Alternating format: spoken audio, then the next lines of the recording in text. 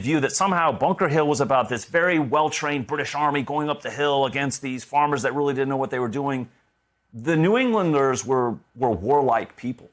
I mean, they had been at war for generations, from the King's Philip's War to French and Indian War.